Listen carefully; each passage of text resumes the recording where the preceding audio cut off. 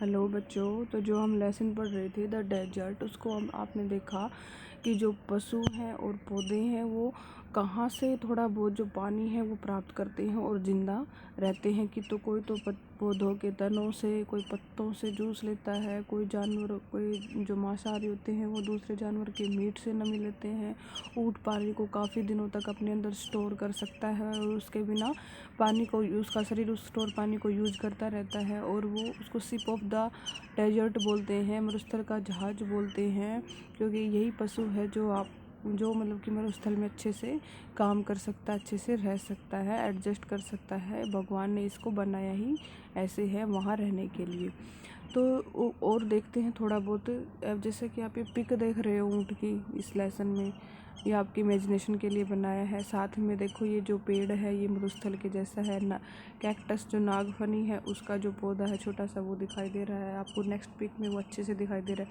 अच्छा, ये शायद वो बर्फ़ वाला, ये तो है मरुस्थल रेत वाला, ये बर्फ़ वाला है जिसमें जिसमें पौधे और ये तुम्हें दिखाई दे रहे हैं छोटे छोटे जानवर जो बिना पानी के तैर रहे हैं, देख रहे इधर उधर।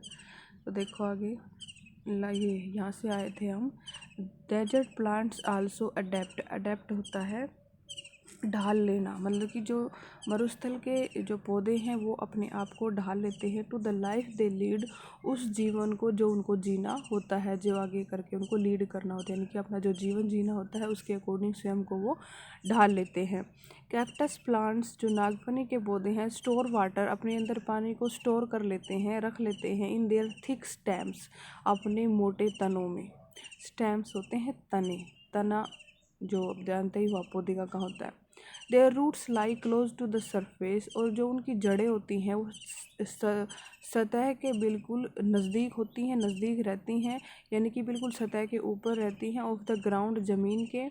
And quickly absorb the moisture, और वो तुरंत ही नमी को सोख लेती है। क्विकली होता है तेज़ी से, एब्जॉर्ब होता है सोख लेती हैं, द मॉइस्चर होता है नमी को, फ्रॉम द लाइट रेन्स जो हल्की फुल्की बारिश होती है, दैट ओकेजनली फॉल जो बारिश कभी कभी ही होती है। The main feature of all deserts is, जो सभी मरुस्थल होते हैं उनका जो मेन फीचर होता है, जो मेजर फीचर, जो मुख्य जो भाग होता है, जो मुख्य हिस्सा होता है वो क्या होता है? ऑफ कोर्स निसंदेह ड्राइनेस एंड, वो होता है सूखापन, एंड वेरिएशंस ऑफ टेम्परेचर, और तापमान का, जो तापमान की जो विविधता है वो, जो तापमान की विविधता होती है और जो सूखापन होता है वही मरुस्थलों की क्या होती है? प्रमुख विशेषता होती है।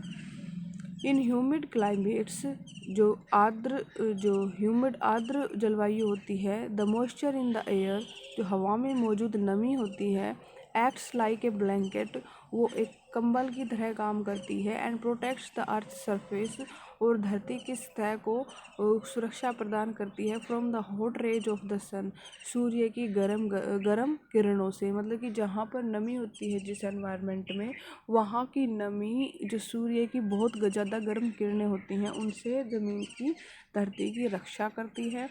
The absence of this blanket, और जो ये ब्लैंकेट, ये कंबल होता है नमी का, ये कहाँ एब्सेंट होता है, कहाँ अनुपस्थित होता है? डेजर्ट लैंड्स, यानी कि the absence of this blanket, इस कंबल का यानी कि इस प्रोटेक्शन का अनुपस्थिति होती है इन द डेजर्ट लैंड्स, मरुस्थल भूमि में या मरुभूमि में। Causes the desert to heat, और इस कारण, ये कारण बनती है मरुस्थल का, टू हीट अप रैपिडली, गर्म होना तेज़ी से, ड्यूरिंग द डे, दिन के दौरान, and to cool off rapidly, और तेज़ी से ये ठंडा होता है एट नाइट, रात को। यानी कि जल्दी से तो ये गर्म होता है, जल्दी से ही रात, दिन में जल्दी गर्म हो जाता है मरुस्थल, और रात को ही जल्दी ये ठंडा हो जाता है, क्योंकि इसमें ये मॉइस्चर रूपी जो ब्लैंकेट, नमी का जो ब्लैंकेट होता है, नमी का जो कंबल होता है, प्रोटेक्शन होती है, यहाँ पर नहीं होती है डेजर्ट लैंड में। Deserts are an important part of nature's great plan, जो प्रकृति का जो महान योजना है, प्रकृति की, जो प्रकृति को बनाया है, वो प्रकृति ने जो खुद को बनाया है, चीज़ों को बनाया है, उन चीज़ों का जो मरुस्थल है वो भी एक महान योजना है, यानी कि एक हिस्सा है। ये नहीं है कि ये बेकार की चीज़ है, इसको भी किसी ना किसी पर्पज़ के लिए ही प्रकृति ने बनाया है। They are like the dense forest, वो भी घने जंगलों और जो गहरे महासागर होते हैं उन्हीं की तरह महत्व महत्वपूर्ण होते हैं। Just because they are hot, क्योंकि वो गर्म होते हैं, एंड ड्राई और ठंडे होते हैं, सूखे होते हैं। हॉट एंड ड्राई, सूखे और गर्म होते हैं। One should not look upon them as useless part of the earth. तो कोई भी उनको धरती पर एक one should not look upon them as useless part of earth, मतलब कि उनके गर्म और सूखे होने की वजह से किसी को भी धरती का जो एक बिना उपयोग करने वाले हिस्से के रूप में उसको नहीं देखना चाहिए। मतलब इनको एक व्यर्थ का हिस्सा धरती पर नहीं मानना चाहिए किसी को भी। तो बेटा आपका ये लेसन कंप्लीट हो गया है। कल संडे है, छुट्टी है आपकी। मंडे को आपकी ये जो कॉम्प्रिहेंशन चेक है और जो एक्सरसाइज है, शायद 2 कॉम्प्रिहेंशन चेक है और कुछ क्वेश्चन एक्सरसाइज के हैं, ये मैं आपको सेंड कर दूँगी वो उसके द्वारा।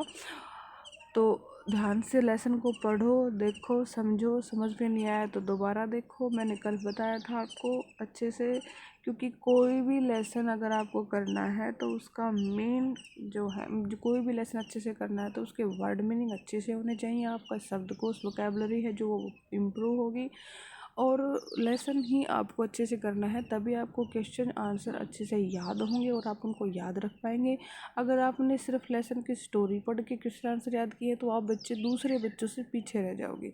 मे भी हो सकता है आपके जो क्लास के बच्चे हैं उसमें थोड़ा बहुत आगे भी निकल जाओ, लेकिन जो पूरे हरियाणा में आपके कंपटीशन में बच्चे बैठे हुए हैं, जो दिन रात मेहनत करने वाले बच्चे हैं, जो कुछ % बच्चे, उन बच्चों से आप पिछड़ जाओगे और आगे चल के यही बच्चे आपको जो कंपटीशन की रेस है उसमें पीछे छोड़ देंगे। तो उस चीज़ के लिए आपको पूरी तरह से प्रिपेयर रहना पड़ेगा। आपको इंग्लिश को लाइटली मत लो, इसके एक एक वर्ड को अच्छे से करो। वर्ड मीनिंग चाहे हिंदी में याद रखो, चाहे उसको इंग्लिश में समझ के याद रखो, कोई फ़र्क नहीं पड़ता है। बस आपको वर्ड का सेंस पता होना चाहिए।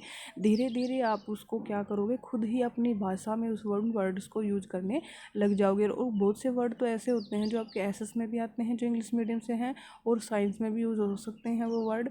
तो इंग्लिश से आप इसको लाइटली लेकर इसको लेसन को इग्नोर मत करो। इंग्लिश ही नहीं, कोई भी सब्जेक्ट हो, पहले जो कंटेंट आपको दिया गया है, प्रोवाइड किया गया है बच्चे को, वो सिर्फ आपको स्टोरी पढ़ाना नहीं है। स्टोरी तो आपको इंटरेस्ट के लिए है, वो आपकी इंग्लिश की जो लैंग्वेज सिखाने की जो प्रोसेस है उसका एक हिस्सा है। तो लेसन अच्छे से करो, चाहे कितने ही टाइम लग जाए। उसके बाद आप देखोगे कि क्वेश्चन एंड आंसर आपको फटफट याद हो जाएंगे। ठीक है, तो ठीक है बेटा, धन्यवाद।